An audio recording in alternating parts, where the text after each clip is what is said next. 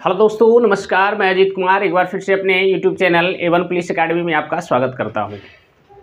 जैसा कि आप जानते हैं, पिछला वीडियो में हमने जीव विज्ञान से संबंधित कुछ महत्वपूर्ण तथ्यों पर चर्चा किया था, जिसमें बेसिक जानकारी लगभग सभी उपलब्ध था।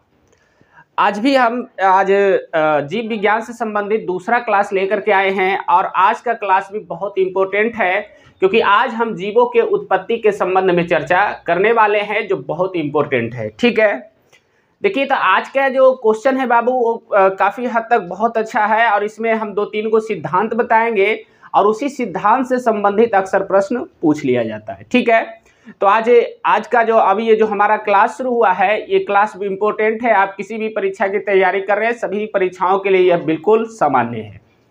ठीक है, दूसरा एक और मैं हम आपको बताना चाहते हैं कि आप जिस चीज़ का क्लास करना चाहते हैं उसके लिए हम प्लेलिस्ट बना दिए हैं। आप प्लेलिस्ट में जा करके उसी क्लास का आप रेगुलर नोट्स बना सकते हैं, रेगुलर क्लास कर सकते हैं।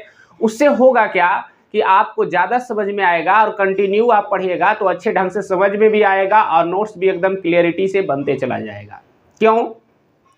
तो मैं आपको बताना चाहता हूं, इसका 2 कारण है। पहला कारण यह है कि यदि आप जैसे मान लिया जाए कि हम बार बार कभी उस सब्जेक्ट का वीडियो अपलोड करते, तो ये तो हमारा काम है, हम तो करेंगे ही। आपको जो सब्जेक्ट अच्छा लगता है आप उसी सब्जेक्ट का प्लेलिस्ट में जा करके उसी सब्जेक्ट का क्लास कीजिए और उसी सब्जेक्ट का लेकिन रेगुलर क्लास कीजिए। ठीक है, तो उससे ज़्यादा समझ में आएगा और अच्छे ढंग से आपको जल्दी सिलेबस भी खत्म होगा, समझ में भी क्लियर आएगा, नोट्स भी लगातार बनेगा और बहुत इंपॉर्टेंट बनेगा। ठीक है, चलिए तो कोशिश करते हैं। आज नया टॉपिक लेकर के आए हैं।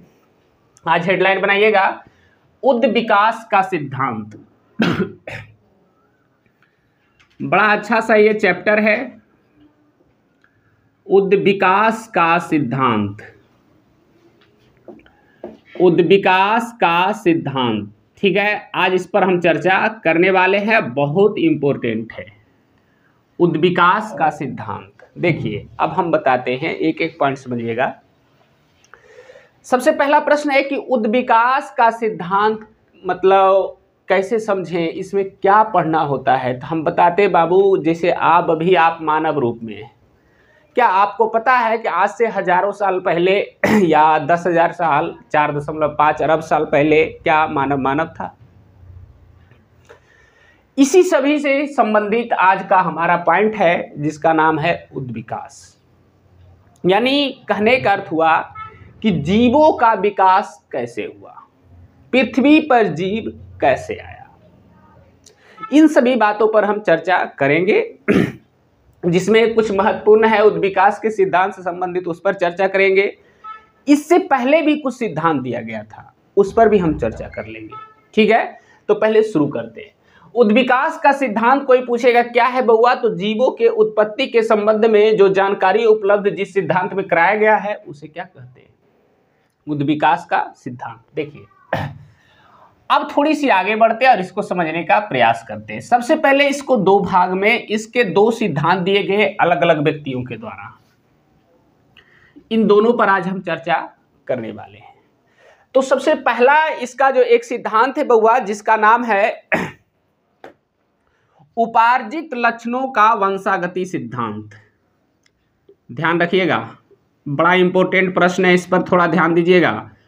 उपार्जित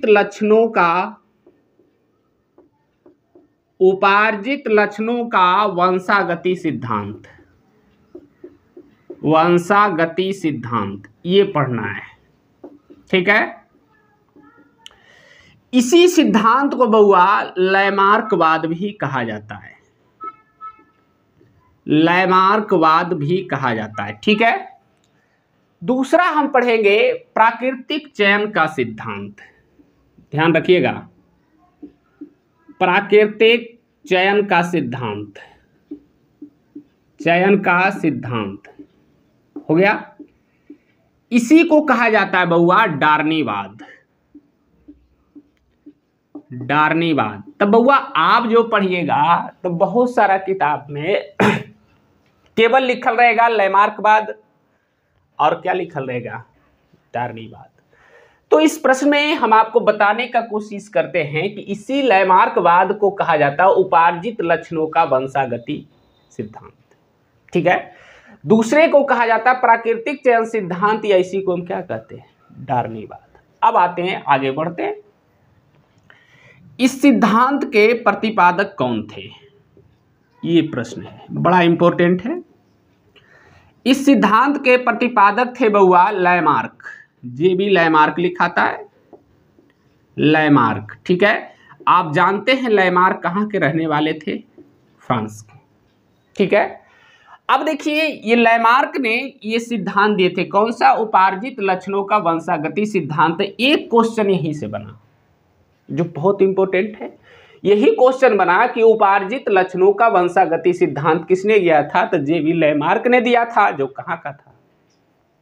ठीक है, अब एक दूसरा प्रश्न और मन में आया कि कोई भी जानते, कोई भी सिद्धांत जब कोई वैज्ञानिक देता है तो वो किसी न किसी पुस्तक में उसको पहले प्रकाशित करता है। ठीक है, तो इनकी एक पुस्तक थी, ध्यान रखिएगा, इनकी एक पुस्तक थी, उस पुस्तक का नाम था बउआ फिलॉसफिक जूलॉजिक, फिलॉसफिक जूलॉजिक।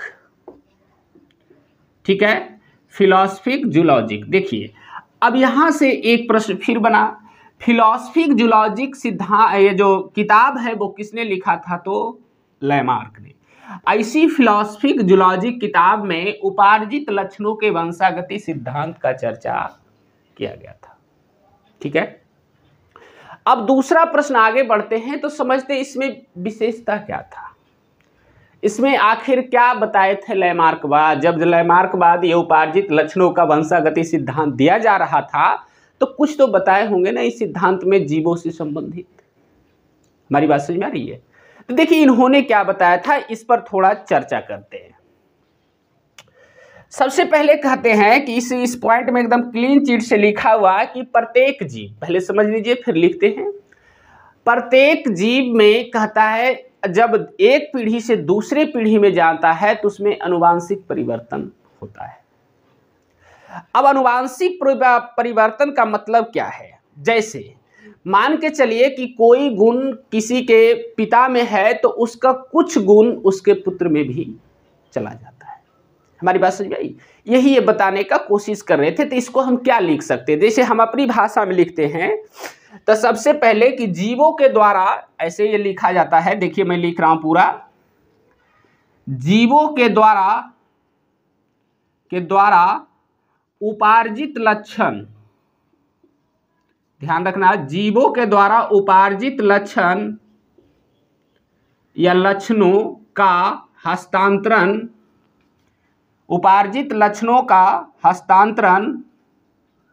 हस्तांतरण ऐसे लिखा था, हस्तांतरण कहता है संतानों में होती है, संतानों में होती है। सबसे बड़ी विशेषता ये है। देखिए इसको अपनी भाषा में समझते हैं तो अच्छा से समझ में आएगा। जैसे हम उदाहरण आपको देते हैं, कोई भी व्यक्ति हो, यदि उसका संतान पिता जैसा है, उसका संतान में कुछ न कुछ उसकी भिन्नता जरूर होगी।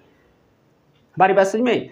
ऐसा भी नहीं होगा कि किसी का पूरा 100% किसी के पिता से पुत्र का चेहरा मिल जाए, नहीं होता है, कुछ न कुछ परिवर्तन होता है। ठीक है, इसके बाद और दूसरी प्रश्न हम आपको बताते हैं कि हाँ, ये साफ तौर से लिखा हुआ है कि कुछ परिवर्तन भी होता है और कुछ उसके गुण भी शामिल होते हैं। जैसे उदाहरण स्वरूप हम बताते हैं, आप कहावत में सुने होंगे, कई एक जगह कहता नहीं है, बाप सन की था तो बेटा भी सन की हो गया। हमारी बात समझ में आई? एकदम समझने का सबसे अच्छा तरीका है। या किसी का नहीं कहावत है, सुने होंगे कि बाप बहुत विद्वान था तो बेटा भी विद्वान होगा। तो कुछ लक्षण ये है जो कहता है कि बउआ पिता से पुत्र में हस्तांतरित हो जाता है।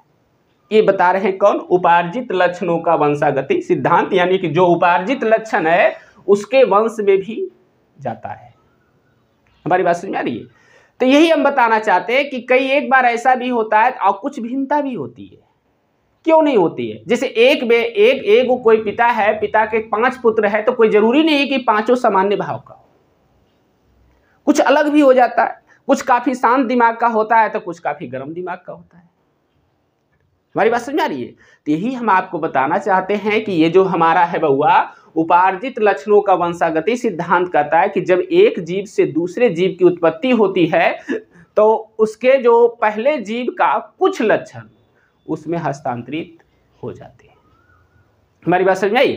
यही सबसे इंपॉर्टेंट पॉइंट है उपार्जित लक्षणों का वंशागति सिद्धांत का। यही हम लिखे हैं, जीवों के द्वारा उपार्जित लक्षणों का हस्तांतरण संतानों में होती है।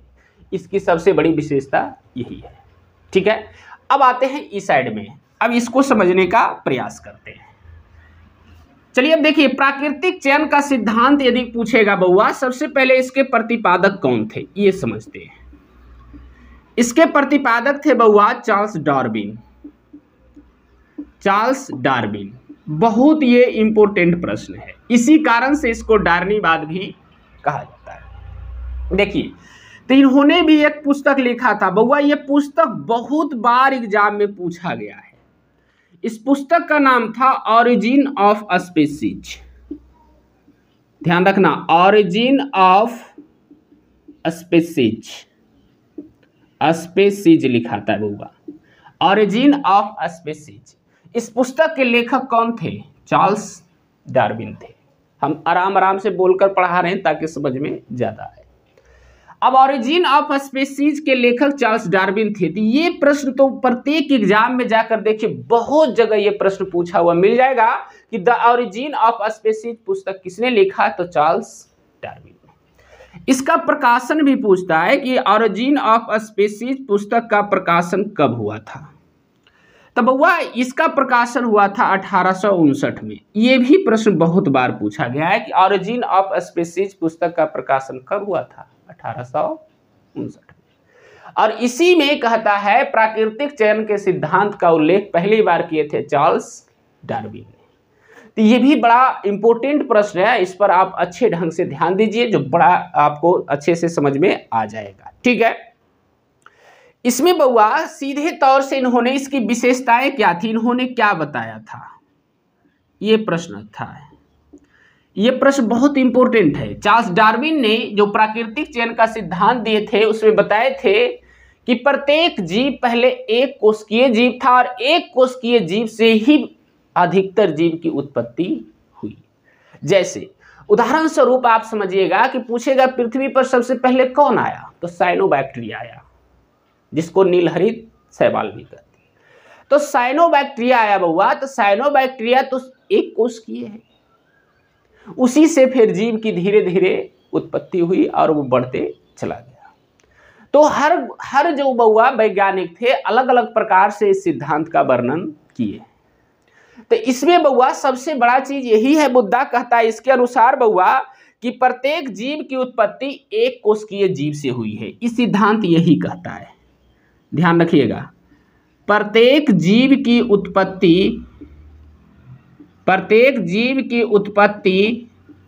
एक कोशिकीय जीव से हुई है। प्रत्येक जीव की उत्पत्ति एक कोशिकीय जीव से हुई है। ठीक है, ये प्रश्न इंपॉर्टेंट है। तो बउआ फिर से एक बार समझिए, दोनों सिद्धांत को समझना बहुत जरूरी है। आप अच्छे ढंग से समझिएगा तो काफी इंटरेस्ट भी लगेगा और समझ में भी अच्छे ढंग से आएगा। जैसे सबसे पहले हम चर्चा किए उपार्जित लक्षणों का वंशागति सिद्धांत। उपार्जित लक्षणों का वंशागति सिद्धांत को लैमार्कवाद कहा जाता है। क्यों? क्योंकि इसके प्रतिपादक जे बी लैमार्क थे। कहाँ के थे? फ्रांस के थे। हमने बताया इसने एक पुस्तक लिखा था जिसका नाम था फिलॉसफिक जूलॉजिक। इसी में उपार्जित लक्षणों के वंशागति सिद्धांत का चर्चा किया गया था। ठीक है, ये बउआ ये सिद्धांत कहता कि जीवों के द्वारा उपार्जित लक्षणों का हस्तांतरण उसके संतानों में भी होती है, यानी कि जैसा बाप रहेगा उसका कुछ लक्षण उसके बेटे में भी चला जाएगा। ठीक है, यही मूल रूप से समझिए।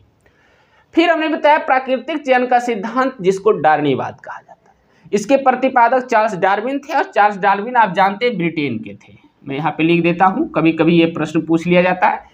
ब्रिटेन के थे। पुस्तक द ऑरिजिन ऑफ स्पीसीज लिखे थे कौन? Charles Darwin. इस पुस्तक का प्रकाशन हुआ था 1859 में और इसी में सबसे पहले प्राकृतिक चयन के सिद्धांत का उल्लेख किया गया था। और इस विशेषता क्या था कि बउआ इस सिद्धांत में बताया गया कि प्रत्येक जीव की उत्पत्ति एक कोशिकीय जीव से हुई है। हमारी बात समझ में आई?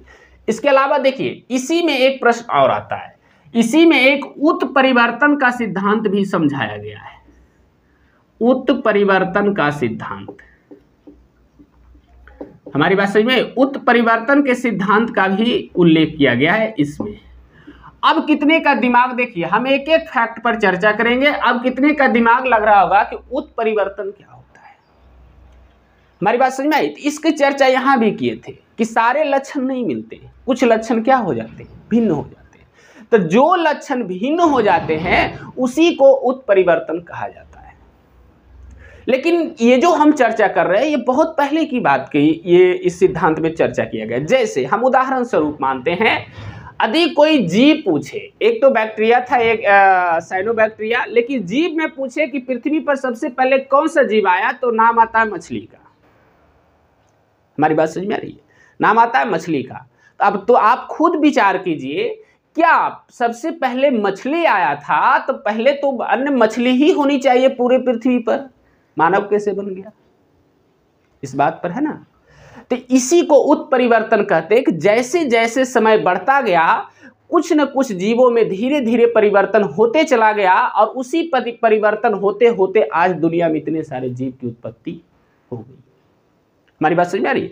जैसे पहले मछली था, मछली ने आकार बदलना शुरू किया, धीरे धीरे जैसे जैसे समय बीतता गया आकार बदल करके धीरे धीरे देखिए मछली से कुछ बना, फिर मछली से आगे आइए तो फिर कुछ ही कहता है बंदर बना, गोरिल्ला बना, तब जाकर के धीरे धीरे परिवर्तन होते होते मानव बन गया। हमारी बात समझ में आ रही है? तो बउआ ये जो परिवर्तन हो रहा है इसी को उत्परिवर्तन कहा जाता है। जैसे आप यदि इतना डीप में नहीं जाइएगा तो इतना तो जानते होंगे कि मानव का सबसे नजदीकी माना जाता है गोरिल्ला को। ये प्रश्न आप जानते होंगे। अरे बउआ जब सबसे नजदीकी माना जाता है गोरिल्ला को तो जाहिर सी बात है मानव पहले गोरिल्ला था, तभी तो धीरे धीरे परिवर्तन होकर मानव बना। हमारी बात समझ में आ रही है? तो हम यही आपको बताना चाहते हैं कि मानव, ये जो गोरिल्ला से मानव बन गया तो ये कहीं ना कहीं उस जीव में क्या हुआ, परिवर्तन हुआ। और इसी परिवर्तन को क्या कहते हैं, उत्परिवर्तन। और इस उत्परिवर्तन को समझाने का कोशिश किए थे चार्ल्स डार्विन ने, किस सिद्धांत में, प्राकृतिक चयन का सिद्धांत में, जिसने और ये इसका प्रकाशन किस पुस्तक में हुआ था, ऑरिजिन ऑफ स्पीसीज। इसके लेखक कौन थे, चार्ल्स डार्विन। इसका प्रकाशन 1859 में हुआ था। तो आप समझ गए उत्परिवर्तन क्या है, यानी कि जीवों में जैसे जैसे बदलते चला जाता है वैसे वैसे उत्परिवर्तन, जैसे जैसे परिवर्तन होगा उत्परिवर्तन। क्या पता आज हो सकता है हमको 2 हाथ है, आगे जा करके 10,000 साल बाद 2 पंख निकल जाए, उड़ने लग जाए, कौन जानता है। क्योंकि जैसे जैसे जब हम बंदर से, देखो बंदर को पूंछ था, मानव को पूंछ है, क्यों खत्म हो गया भाई, क्योंकि परिवर्तित हो गया, वो दूसरे रूप में चला गया। तो यही प्रश्न है, यही जो परिवर्तन होते जा रहा है इसी को उत्परिवर्तन कहते हैं। हमारी बात समझ में आई? लेकिन उसी चीज को देखिए, इसमें परिवर्तन की चर्चा किया गया है। इसमें बताया गया है कि एक जीव से कुछ परिवर्तन होता है लेकिन कुछ लक्षण उसके संतान में भी हस्तांतरित हो जाते हैं। हमारी बात समझ में आई? क्यों? क्योंकि जैसे आप देखिए जी, सब कुछ का उदाहरण आप देखते चलिए, किसी के माँ बाप काला है तो देखिए उसका बेटा भी काला हो जाएगा। क्यों हो जाता है? क्योंकि उसका कुछ लक्षण उसमें चला जाता है। लेकिन बहुत सारा ऐसा भी होता है कि एगो कोई पिता थी काला है, माता गोर है, तो उसका बेटा गोर हो जाएगा, तो उसका भी कुछ लक्षण उस पर प्रभाव हो जाता है। आगे चलकर इस पर और भी चर्चा करने का है, लेकिन आज ये 2 पॉइंट को समझिए। इसके बाद चलेंगे हम स्वतः जनन का सिद्धांत और जीव जनन का सिद्धांत। ये दोनों बड़ा इंपॉर्टेंट है, उस पर भी आज हम चर्चा कर लेंगे। ठीक है, लिखिएगा। सबसे पहले लिखिए उद्विकास का सिद्धांत। एक चीज और हम बता देना चाहते हैं, कभी यदि यही प्रश्न में पूछ दे उद्विकास का सिद्धांत किसने दिया, तब इसका भी आंसर हो जाएगा बउआ, इसके प्रतिपादक थे अरस्तु। हमारी बात समझ में आई? इसके भी प्रतिपादक अरस्तु थे। इसको समझाने का मुख्य रूप से कार्य किए थे कौन, चार्ल्स डार्विन ने। चलिए लिखिएगा उद्विकास का सिद्धांत, लिख लिए, लिखिएगा। इस सिद्धांत में जीवों के उत्पत्ति के संबंध में इस सिद्धांत में जीवों के उत्पत्ति के संबंध में चर्चा किया गया है। इस सिद्धांत में जीवों के उत्पत्ति के संबंध में चर्चा किया गया है, जिसे मुख्य रूप से दो भागों में बांटा जाता है। जिसे मुख्य रूप से दो भागों में बांटा जाता है। वे दो भाग निम्न हैं। वे दो भाग निम्न हैं। वे दो भाग निम्न हैं।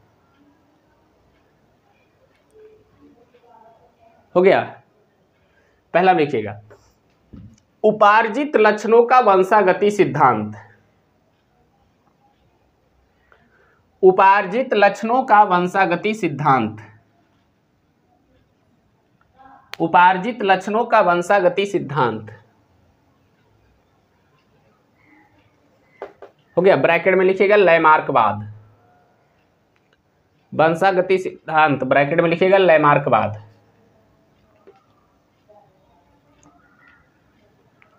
हो गया। नीचे लिखिएगा, इस सिद्धांत का प्रतिपादन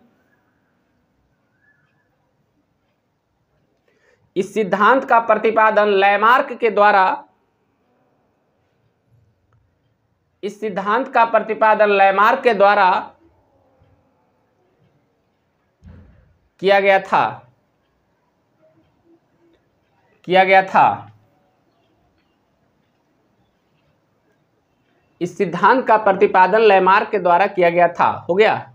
अब अगला पॉइंट में लिखिएगा, इस सिद्धांत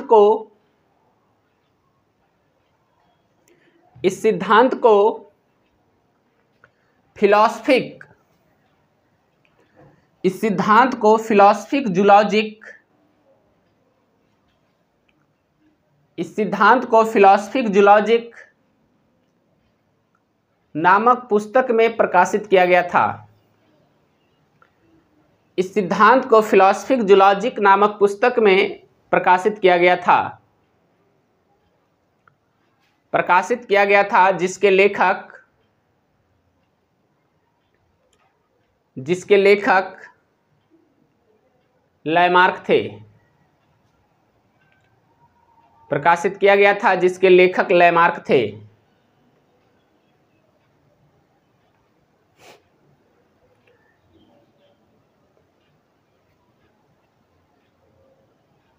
हो गया। अगला पॉइंट लिखिएगा, इस सिद्धांत के अनुसार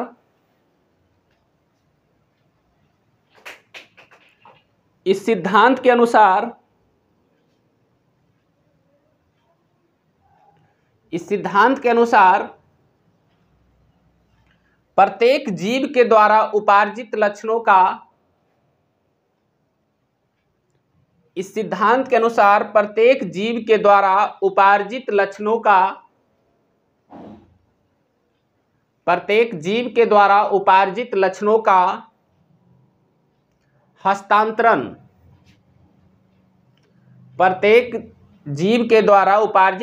का हस्तांतरण उसके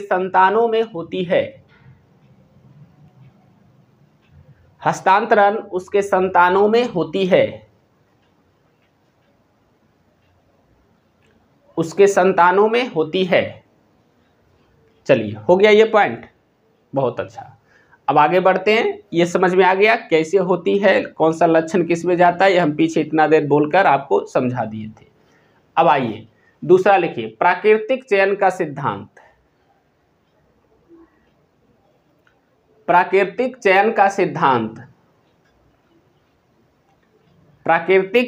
सिद्धांत। हो गया। ब्रैकेट में लिखिएगा डार्नीवाद।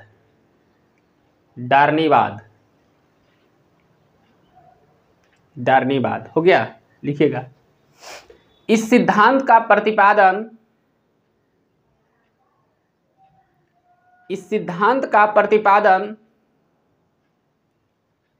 ब्रिटेन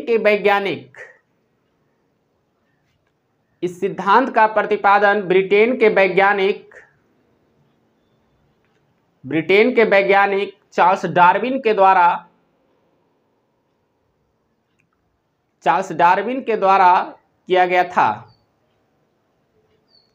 ब्रिटेन के वैज्ञानिक चार्ल्स डार्विन के द्वारा किया गया था। चार्ल्स डार्विन के द्वारा किया गया था। हो गया। अब अगला पॉइंट में लिखिए। इस सिद्धांत का प्रकाशन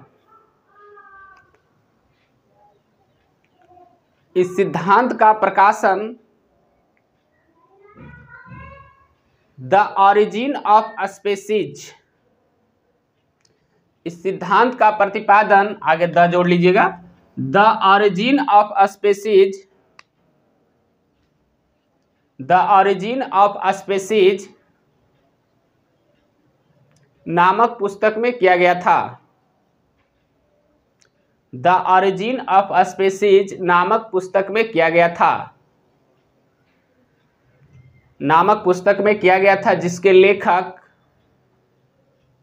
जिसके लेखक चार्ल्स डार्विन थे।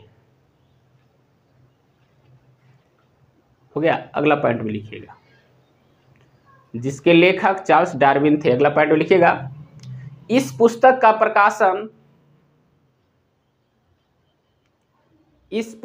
प्रकाशन 1859 में किया गया था। इस पुस्तक का प्रकाशन 1859 में किया गया था। हो गया। अगला पॉइंट में लिखना, इस सिद्धांत के अनुसार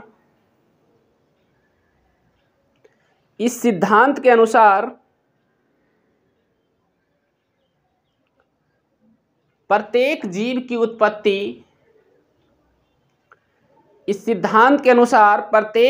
उत्पत्ति एक कोशिकीय जीव से हुई है। प्रत्येक जीव की उत्पत्ति एक कोशिकीय जीव से हुई है। प्रत्येक जीव की उत्पत्ति एक कोशिकीय जीव से हुई है। हो गया। अगला पॉइंट में लिखिएगा, एक और नीचे पॉइंट बना लीजिए, बहुत अच्छा है। लिखिएगा, इस सिद्धांत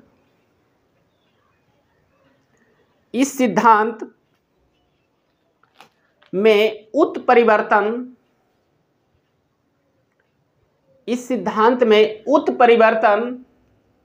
के सिद्धांत को भी समझाया गया था या समझाया गया है।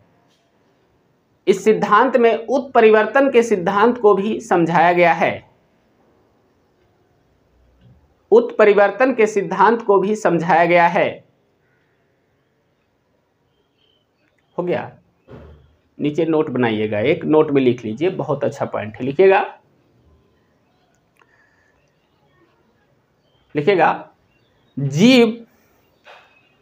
जीवो ऐसे लिखिए, जीवों के विकास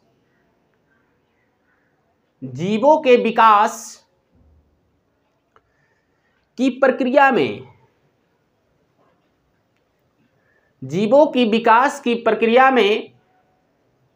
निरंतर रूप से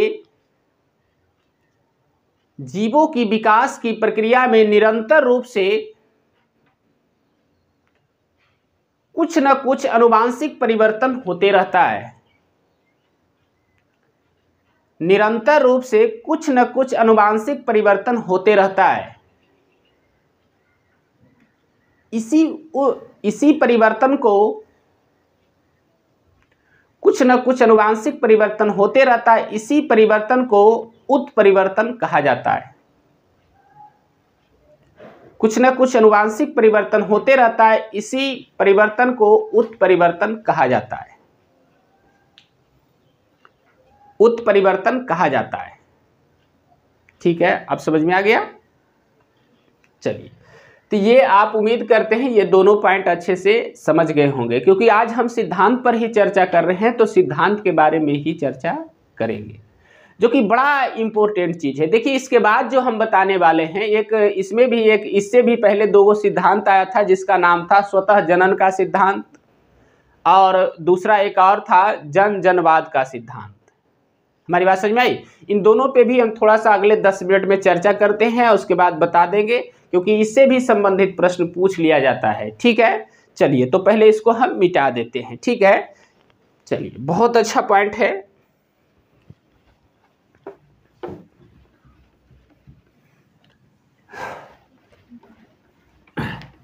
आप जितने अच्छे ढंग से इसका कोशिश कीजिए नोट्स बनाने का, समझ जाने का, क्योंकि इसमें आज के पॉइंट में बउआ लिखाना थोड़ा कम है, समझाने के पॉइंट ज़्यादा है।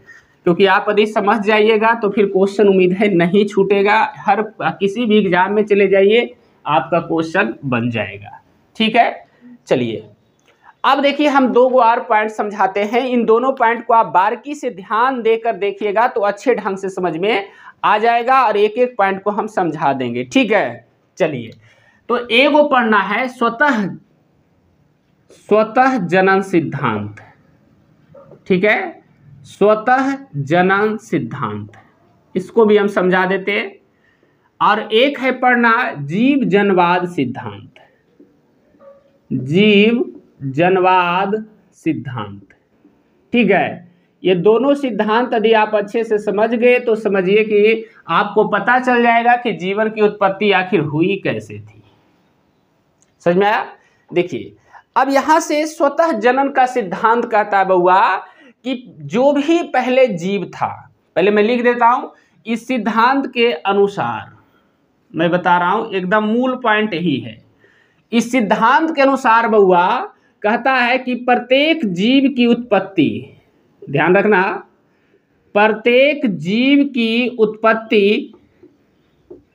उत्पत्ति एक निर्जीव पदार्थ से हुई है। समझ में आ रहा है? एक निर्जीव पदार्थ से हुई है। ठीक है, ये पॉइंट ये कहता है किस सिद्धांत के अनुसार? स्वतः जनन का सिद्धांत। और ये जो जीव जनवाद कहता है बउआ कि प्रत्येक जीव की उत्पत्ति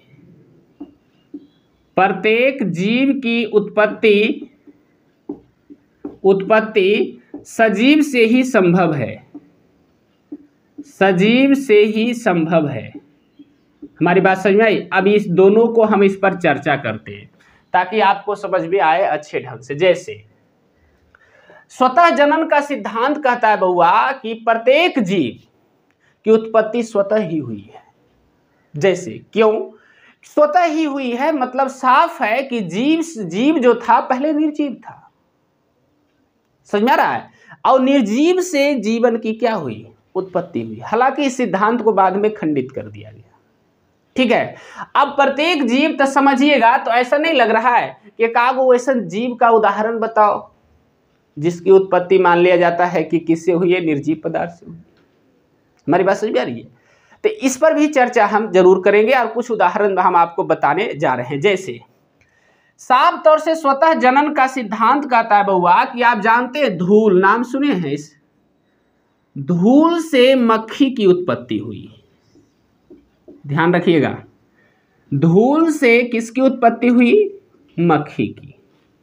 ठीक है, ये कौन कह रहा है? स्वतः जनन का सिद्धांत, यानी कि जीव है जो स्वतः ही उत्पन्न होता है। हालांकि बार बार हम कह रहे हैं, बाद में इसको खंडित कर दिया गया। तो स्वतः कहता है, तो उसी स्वतः कैसे उत्पन्न हो रहा है? तो देखिए ये जो धूल है बउआ, धूल सजीव है कि निर्जीव है? निर्जीव है। यहां मक्खी उत्पन्न हो रहा है, मक्खी क्या है? जीव है।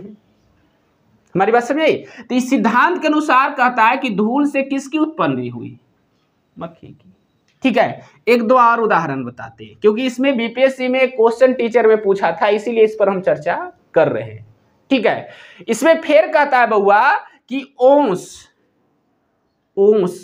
का मतलब समझते हैं? शीत। ओस और सड़े मांस, ध्यान रखना यह भी प्रश्न है। ओस और सड़े मांस से कीड़े की उत्पत्ति हुई। हमारी बात समझ में आई? कीड़े की उत्पत्ति हुई। अब कहिएगा, तो इसमें देखिए क्या अनुमान लगाया गया था, जो बताते हैं। अनुमान लगाया गया था कि बउआ जैसे में मान के चलिए कि कोई भी आपका जानवर वगैरह कुछ भी है, तो देखिए उसमें क्या होता है कि बहुत सारा जख्म भर जाता है। जख्म भरता तो उसके आंतरिक मांस सड़ जाती है। अब जब ज्यादा दिन तक वो मांस सड़ा हुआ रहता है तो ऑटोमेटिक उसमें कीड़ा क्या हो जाता है? क्या उसमें कोई डालता है? आप इस बात को समझिए, ऑटोमेटिक क्या हो जाती है, उत्पन्न हो जाती है। तो यही स्वतः जिंदा, तो इनका मानना था कि इस सिद्धांत के अनुसार कि जीव स्वतः ही क्या हो जाता है, उत्पन्न हो जाता है। समझ में आया। तो उसी में एक और आते, तीसरा प्रश्न एक और इसमें दिया हुआ है जो बीपीएससी में पूछा था, उस पर चर्चा करते हैं। साफ लिखा हुआ तालाब के कीचड़, ध्यान रखना, तालाब के कीचड़ एंड बालू से, ध्यान रखना, तालाब के कीचड़ एंड बालू से मछली की उत्पत्ति हुई, मछली की उत्पत्ति हुई। अब आप बताइए, ये जो तालाब का कीचड़ है तो निर्जीव है या फिर बालू क्या है, निर्जीव है, ऐसे सजीव की क्या हुई, उत्पत्ति हुई। ये क्या, कौन सा सिद्धांत कर रहा है, स्वतः जनन का सिद्धांत। हालांकि अरस्तु भी स्वतः जनन के सिद्धांत के समर्थक थे, समझ में आया। लेकिन जैसे जैसे धीरे धीरे प्रक्रिया बढ़ती चली गई तो सबको लगने लगा कि नहीं, ऐसे कैसे होगा, बिना जीवन के, जहां जीवन रहेगा तभी जीवन की उत्पत्ति हो सकती है। हमारी बात समझ में आई। तो बहुत सारे फिर बाद में इसको खंडित भी कर दिया गया कि ये बिल्कुल सही नहीं है, जबकि पहले यही चलता था। तो यही क्वेश्चन पूछा था, ये वाला क्वेश्चन पूछा था कि स्वतः जनन सिद्धांत के अनुसार, ये दे करके पूछा है, स्वतः जनन सिद्धांत के अनुसार मछली की उत्पत्ति किससे हुई। हमारी बात समझ में आई। तो उसमें बड़ा आंसर अजीब सा था, एक लिखा हुआ था जल से, ज्यादातर लोग जल ही अटेम्प्ट किया है, जल से ऐसे था, ठीक है। ये भी ऑप्शन था कीचड़, तालाब के कीचड़ और बालू से। हमारी बात समझ में आई। और भी बहुत सा बैक्टीरिया से, इस तरीके से क्वेश्चन मतलब घुमा घुमा कर दिया हुआ था। तो इसका आंसर मूल रूप से क्या था, तालाब के कीचड़ और बालू से क्या हुई, मछली की उत्पत्ति हुई। किस सिद्धांत के अनुसार, स्वतः जनन का सिद्धांत। अब देखिए, ये जो लाया गया बहुआ जीव जनवाद का सिद्धांत, इसमें कहा कि प्रत्येक जीव की उत्पत्ति जीव से ही संभव है, निर्जीव से संभव नहीं है। यानी कहने का अर्थ है कि यह स्वतः जनन के सिद्धांत के विरोध में लाया गया था। हमारी बात समझ में आई। स्वतः जनन के सिद्धांत के विरोध में लाया गया, सिद्धांत के विरोध में लाया गया। और इसके प्रतिपादक जो हुए बउआ, ये इसका प्रतिपादक भी पूछा जाता है। इसके प्रतिपादक यदि पूछेगा तो बिरचाऊ थे, रुडोल्फ बिरचाऊ। हमारी बात समझ में आई। और इसको पूछेगा कि पुष्टि किसने किया, ये भी प्रश्न है। तो पुष्टि किए थे 1864 में जाकर के, इसकी पुष्टि किए थे लुई पाश्चर ने, इसकी पुष्टि की लुई पाश्चर ने एक प्रयोग करके। और जब इसकी पुष्टि हो गई तो ये सिद्धांत बिल्कुल खंडित हो गया, यानी ये खत्म हो गया। कैसे पुष्टि किया, ये भी थोड़ा सा हम चर्चा कर देते हैं। पुष्टि किया कि एक किसी बोतल में, जैसे स्वतः जनन में आप देखिएगा कि साफ तौर से लिखता है कि अब कोई पानी है, अब पानी को छोड़ दीजिए, ठीक है, पानी को क्या कीजिए, छोड़ दीजिए। और पानी ढेर दिन तक जब छूटा, जब पूरा अथी हो जाएगा, काफी दिन तक वैसे ही एक ही जगह पानी धैल रहेगा, तो उसमें देखिएगा छोटा छोटा कीड़ा उत्पन्न हो जाएगा। हमारी बात समझ में आई।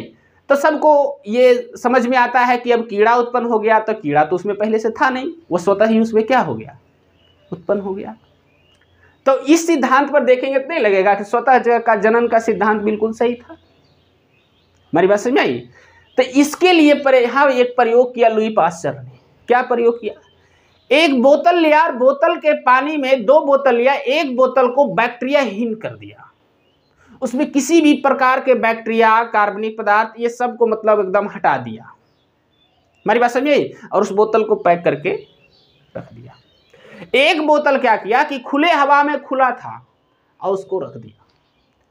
ठीक लगभग 1-2 महीने तक रखे जाने के बाद जो खुला हवा वाला बोतल था उसमें कीड़ा उत्पन्न हुआ, लेकिन जिसको बैक्टीरियाहीन किया गया था उसमें कीड़ा उत्पन्न नहीं हुआ।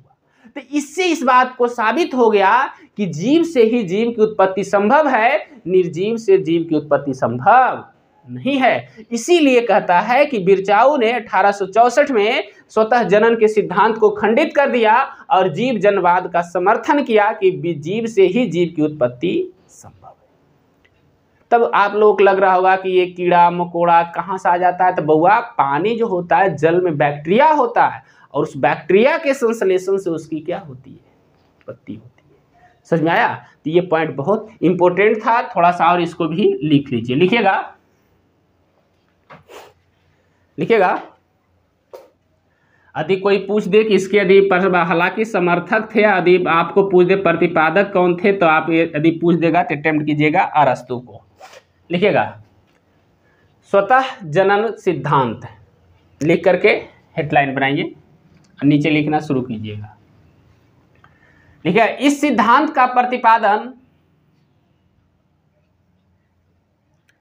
इस सिद्धांत का प्रतिपादन अरस्तु के द्वारा किया गया था। इस सिद्धांत का प्रतिपादन अरस्तु के द्वारा किया गया था। अरस्तु के द्वारा किया गया था। हो गया। अब अगला पॉइंट में लिखना, इस सिद्धांत के अनुसार, इस सिद्धांत के अनुसार प्रत्येक जीव की उत्पत्ति, प्रत्येक जीव की उत्पत्ति एक निर्जीव पदार्थ से हुई है।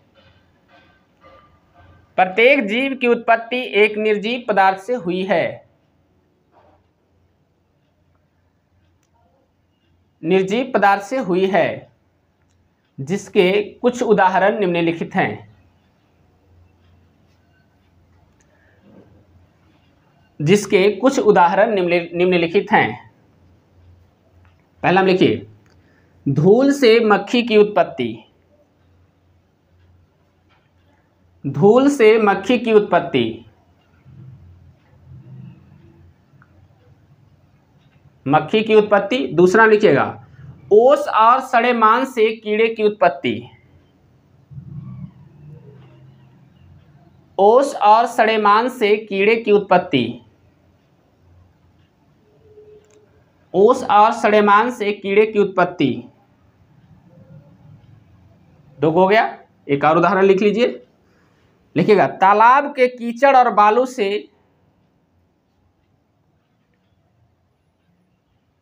तालाब के कीचड़ और बालू से मछली की उत्पत्ति। तालाब के कीचड़ और बालू से मछली की उत्पत्ति। मछली की उत्पत्ति। ये पॉइंट इंपॉर्टेंट था। चलिए अब इधर आते हैं। अब हेडलाइन बनाइएगा, जीव जनवाद सिद्धांत। जीव जनवाद सिद्धांत। हो गया। लिखिएगा, इसमें पॉइंट बनाइए। लिखिएगा, इस सिद्धांत का प्रतिपादन, इस सिद्धांत का प्रतिपादन, इस सिद्धांत का प्रतिपादन स्वतः जनन सिद्धांत के विरोध में, इस सिद्धांत का प्रतिपादन स्वतः जनन सिद्धांत के विरोध में बिरचाऊ के द्वारा किया गया था। स्वतः जनन सिद्धांत के विरोध में बिरचाऊ के द्वारा किया गया था।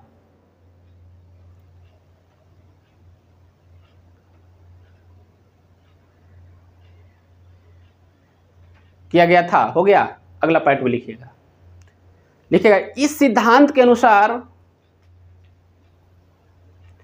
इस सिद्धांत के अनुसार प्रत्येक जीव की उत्पत्ति, इस सिद्धांत के अनुसार प्रत्येक जीव की उत्पत्ति सजीव से ही संभव है। प्रत्येक जीव की उत्पत्ति सजीव से ही संभव है। प्रत्येक जीव की उत्पत्ति सजीव से ही संभव है। हो गया। अगला पॉइंट लिखना। ये लिखा गया। हाँ, लिखना, जीव जनवाद सिद्धांत, जीव जनवाद सिद्धांत की पुष्टि, जीव जनवाद सिद्धांत की पुष्टि 1864 में, जीव जनवाद सिद्धांत की पुष्टि 1864 में लुई पास्चर, 1864 में लुई पास्चर के द्वारा, लुई पास्चर के द्वारा एक प्रयोग से किया गया था। लुई पास्चर के द्वारा एक प्रयोग से किया गया था। हो गया,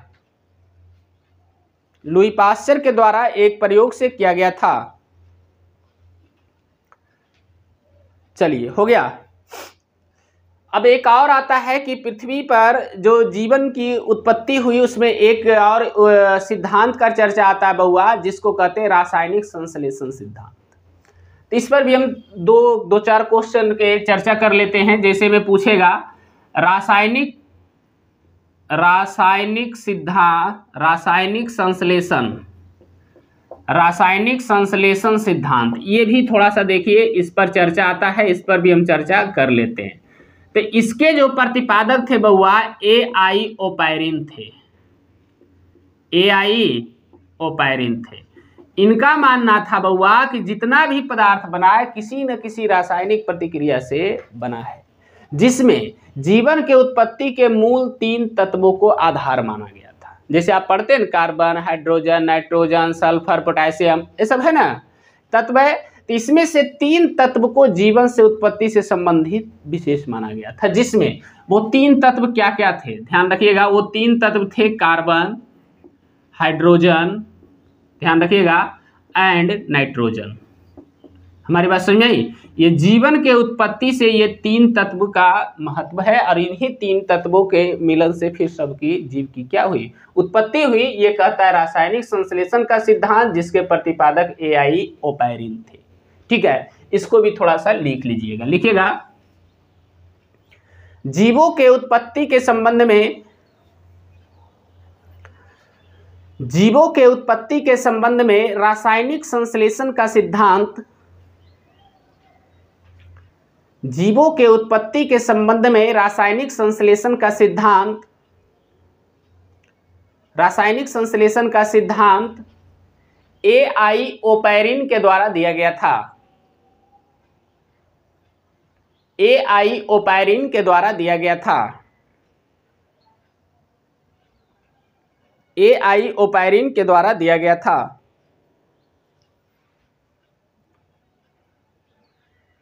AI ओपैरिन के द्वारा दिया गया था। हो गया। एक और नीचे पॉइंट बनाइएगा, लिखिएगा, पृथ्वी पर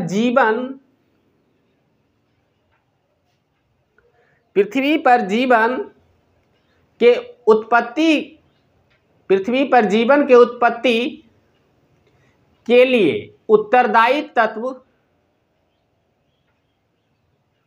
पृथ्वी पर जीवन के उत्पत्ति के लिए उत्तरदायी तत्व निम्नलिखित थे। जीवन के उत्पत्ति के लिए उत्तरदायी तत्व निम्नलिखित थे। निम्नलिखित थे।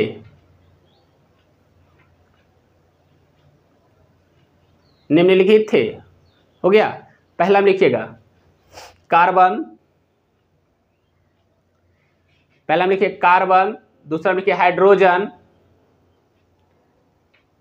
निम्नलिखित थे। पहला में लिखिए कार्बन, दूसरा में लिखिए हाइड्रोजन, तीसरा में लिखिए नाइट्रोजन। निम्नलिखित थे लिखा गया। उसके नीचे लिखिएगा एक में कार्बन, दूसरा हाइड्रोजन, तीसरा नाइट्रोजन। ठीक है, यही हमारा क्या है, रासायनिक संश्लेषण का सिद्धांत। तो आज हम जो उन सब सिद्धांत से प्रश्न पूछ लिए जाते हैं जो खास तौर से जीवों की उत्पत्ति के संबंध में है, उन सभी पर हम चर्चा किए, जिसमें जो उद विकास का सिद्धांत में 2 गो जो बताया वो सबसे ज़्यादा महत्वपूर्ण है। उसको आप जितना अच्छे ढंग से पढ़ लीजिएगा वही ठीक रहेगा। ठीक है, चलिए बहुत अच्छा। तो आज का वीडियो में इतना ही, फिर मिलते हैं नेक्स्ट टॉपिक के साथ। तब तक के लिए धन्यवाद।